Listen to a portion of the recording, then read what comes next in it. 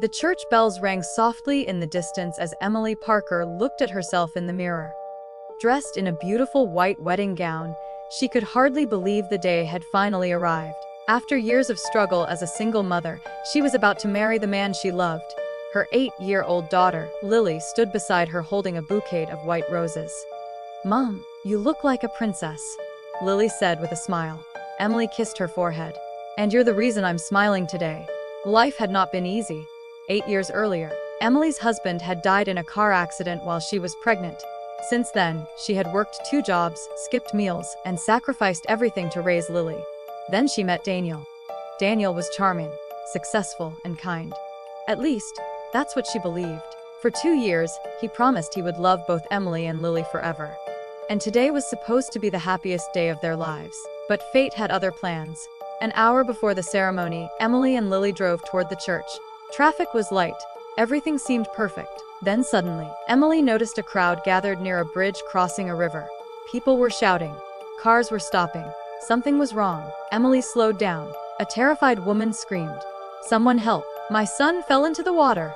Emily looked toward the river. A small boy, no older than 6, was struggling against the strong current. The child was disappearing beneath the water. People stood frozen. Some filmed with their phones. Others shouted for help.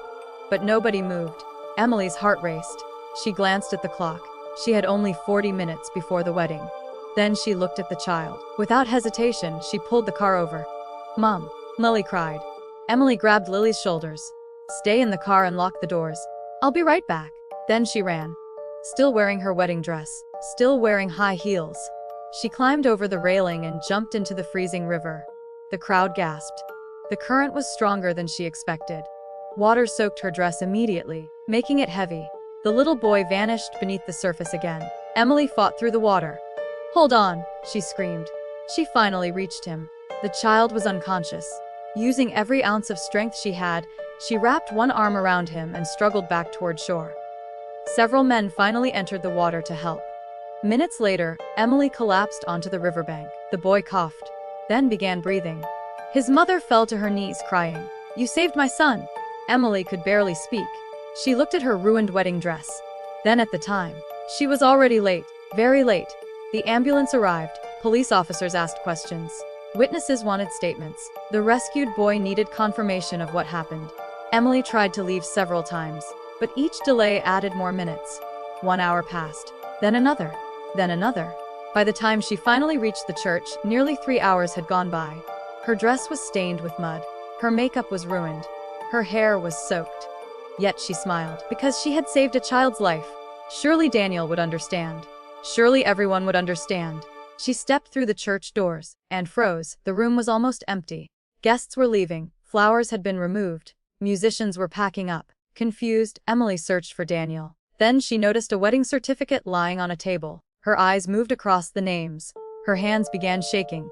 Daniel Carter, Sophia Reynolds, married today. Emily stared at the document, unable to breathe. Sophia Reynolds, her best friend, her maid of honor. The word barely escaped her lips. Then she heard laughter coming from a reception hall nearby. Emily followed the sound. The doors opened. Inside, Daniel and Sophia were dancing together, as husband and wife. The room went silent when Emily entered. Daniel's face turned pale. Sophia looked away. Emily stood there speechless, still wearing the wet wedding gown she had nearly drowned in. Finally, Daniel spoke. "What happened?" she whispered. Daniel sighed. "You disappeared. I was saving a child." Nobody said anything. Emily continued. "A little boy was drowning." Sophia crossed her arms. "You should have called someone else." Emily stared at her. "Called someone else?" The boy's mother stepped into the hall at that moment. Behind her came several police officers and dozens of witnesses. News reporters followed. Cameras flashed. Everyone turned. The rescued child's mother pointed at Emily. "That's her." The room became silent. "She saved my son's life." A gasps filled the hall. One reporter approached. "Are you Emily Parker, the woman who jumped into the river in her wedding dress?" Emily nodded slowly. The crowd erupted into applause. But Daniel looked uncomfortable. Very uncomfortable, because suddenly everyone understood why she had been late, and why he had not waited. One elderly guest stepped forward. She looked directly at Daniel. "You couldn't wait 3 hours." Another guest shook his head. "She was saving a child's life." A third person added, And you married her best friend before hearing her explanation. The room turned against them instantly. Sophia's face flushed red. Daniel struggled to defend himself. With thought she changed her mind. The rescued boy's mother laughed bitterly. She almost died saving my son. The shame on Daniel's face became impossible to hide. That evening, videos of Emily's rescue spread across social media. Millions watched. Millions praised her courage. News stations called her a hero. The story appeared everywhere. But despite the praise, Emily sat alone at home crying. Not because she regretted saving the boy, because she had lost the people she trusted most. Her fiancé, her best friend. In a single day, Lily wrapped her arms around her. Mom, Emily wiped away tears. Yes, you saved someone. Emily smiled weakly. I know. That means you're still the hero. For the first time that day, Emily smiled genuinely. Maybe her daughter was right. Months passed. Life slowly moved forward. Emily focused on Lily, focused on work, focused on healing. Then one afternoon, she received an invitation. The rescued boy's family wanted to see her. When Emily arrived, she discovered hundreds of people gathered in a community center. The mayor stood on a stage. A large banner hung behind him. Lo Kalau Award. Emily looked shocked. The rescued boy ran toward her. Miss Emily? He hugged her tightly. His mother wiped away tears. You gave me my son back. The audience stood and applauded. For several minutes, Emily cried, not from sadness, but because, for the first time, she understood something important. Losing Daniel had not been a tragedy. It had been a blessing, because anyone who could abandon her while she was saving a child's life was never the right person to begin with. 1 year later, Emily attended another wedding. This time, it was her own. Standing beside her was Michael, a kind widower who had met her during a charity event. Unlike Daniel, Michael admired her compassion, admired her courage, admired her heart. As Emily walked down the aisle, Michael smiled. You know, he whispered, if you're late today because you're saving another child, I'll wait. Emily laughed through tears. The guests laughed too, and for the first time in years, she felt completely at peace, because true love doesn't disappear during life's hardest moments. It stays, it waits, and it understands. As she looked at Lily smiling in the front row, Emily realized something beautiful. The day she thought she had lost everything was actually the day she found the future she truly deserved. The end. Emily smiled as she stood beside Michael, but deep inside, the scars from that terrible day had never completely disappeared. The memory of walking into that reception hall and seeing Daniel married to Sophia still haunted her. Some wounds take longer to heal than others. Yet life continued, and sometimes life has a strange way of revealing truths when you least expect them. A few weeks before Emily's wedding to Michael, she received an unexpected phone call. The number was unfamiliar. When she answered, a shaky voice spoke. Emily, it's Sophia. Emily's heart immediately tightened. For nearly a year, she had not heard a single word from the woman she once considered a sister. There was a long silence. Then Sophia began crying. I know I don't deserve your forgiveness, but please let me explain. Emily almost hung up. But something in Sophia's voice stopped her. Explain what? Sophia took a deep breath. The truth about Daniel. Emily sat quietly. Sophia continued. The night before your wedding, Daniel told me something. What? He said if you ever embarrassed him or made him wait, he'd leave you. Emily felt sick. Sophia's voice trembled. I thought he was joking, but he wasn't.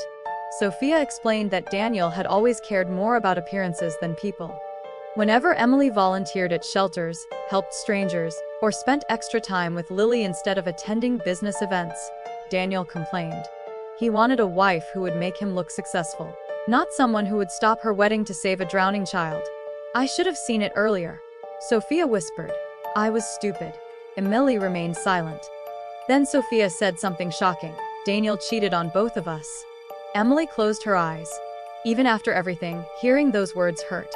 Sophia explained that only 3 months after their marriage, Daniel had started seeing another woman. Then another, and another. The marriage that Daniel had rushed into was already falling apart. He never loved me either, Sophia said. He only loved himself. For the first time in a year, Emily felt something unexpected. Not anger, not revenge, pity. Because she finally realized she had not lost a good man. She had escaped a bad one. Several months later, Emily received another surprise. A letter arrived at her house. The handwriting was unfamiliar. Inside was a photograph. It showed the little boy she had rescued from the river. He was smiling while holding a soccer trophy. Attached was a handwritten note. Dear Emily, you probably don't remember me, but my name is Noah. I am the little boy you saved. The doctors told my mother that if you had reached me even 1 minute later, I would have died. Today I scored the winning goal for my soccer team. Next year I start middle school. One day I want to become a firefighter so I can save people the way you saved me. Thank you for giving me a future. Love, Noah. Emily read the letter 3 times. Then tears rolled down her cheeks, not because she was sad, because she suddenly understood the true value of that day.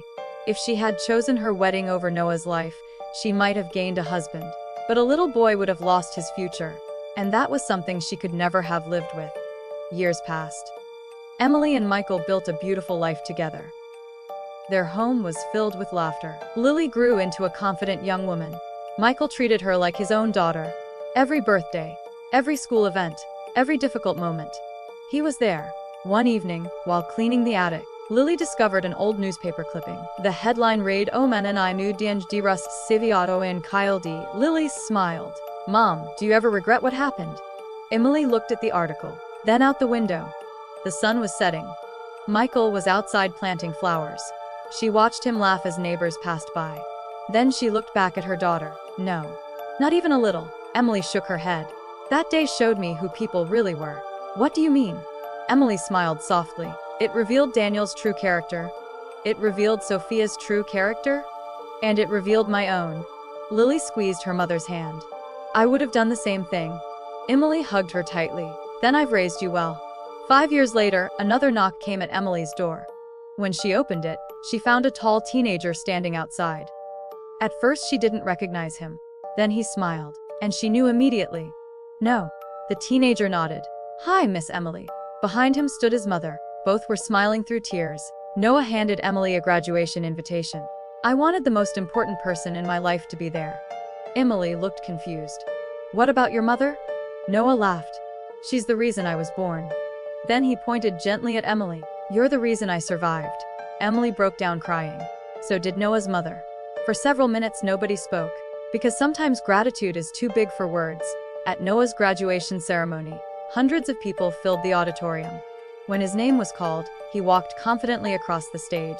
Then, unexpectedly, he stopped at the microphone. I'd like to thank one person before I leave. The audience grew quiet. Noah looked directly at Emily.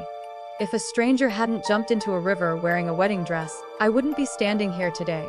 Many people began wiping tears from their eyes. Noah continued. Everyone calls her a hero because she saved my life. He paused.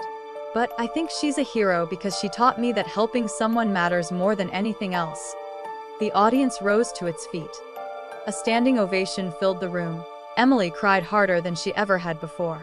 Not because she had saved Noah, but because she finally understood the ripple effect of one selfless decision. A single act of kindness had changed countless lives. Noah's, his family's, her daughter's, and even her own. As she sat beside Michael, holding his hand, she whispered, Imagine if I had kept driving that day. Michael squeezed her hand. But you didn't.